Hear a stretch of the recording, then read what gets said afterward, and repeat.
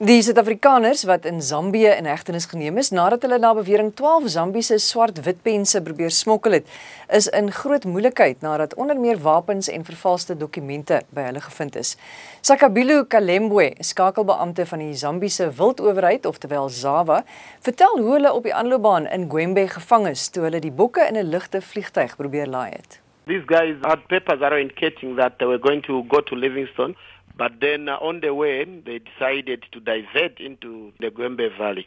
So this sent an alarm, and our alert investigations team pounced on them at 05 on Friday when they were just about to load the animals in an aircraft. By the way, you might want to realize that these guys flew into the country, I think through the border, and our radar system didn't detect them, according to information from ZAF. The thing is, they were trying to offload these sebos from a trailer at the airstrip. One of them decided to throw an armed, they were armed, so they decided to throw the pistol away, but we still found them with ammunition, and also they had a dart gun and chemicals for darting wildlife. It's very clear there are too many things around them, wrong things, because they are found with forged papers, with wrong documentation, where you can see that the document is forged, same handwriting from the beginning to the end.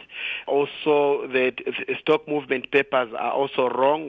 The rest of the work now is being done by our legal and prosecution team. So we expect that anytime soon they should go to court.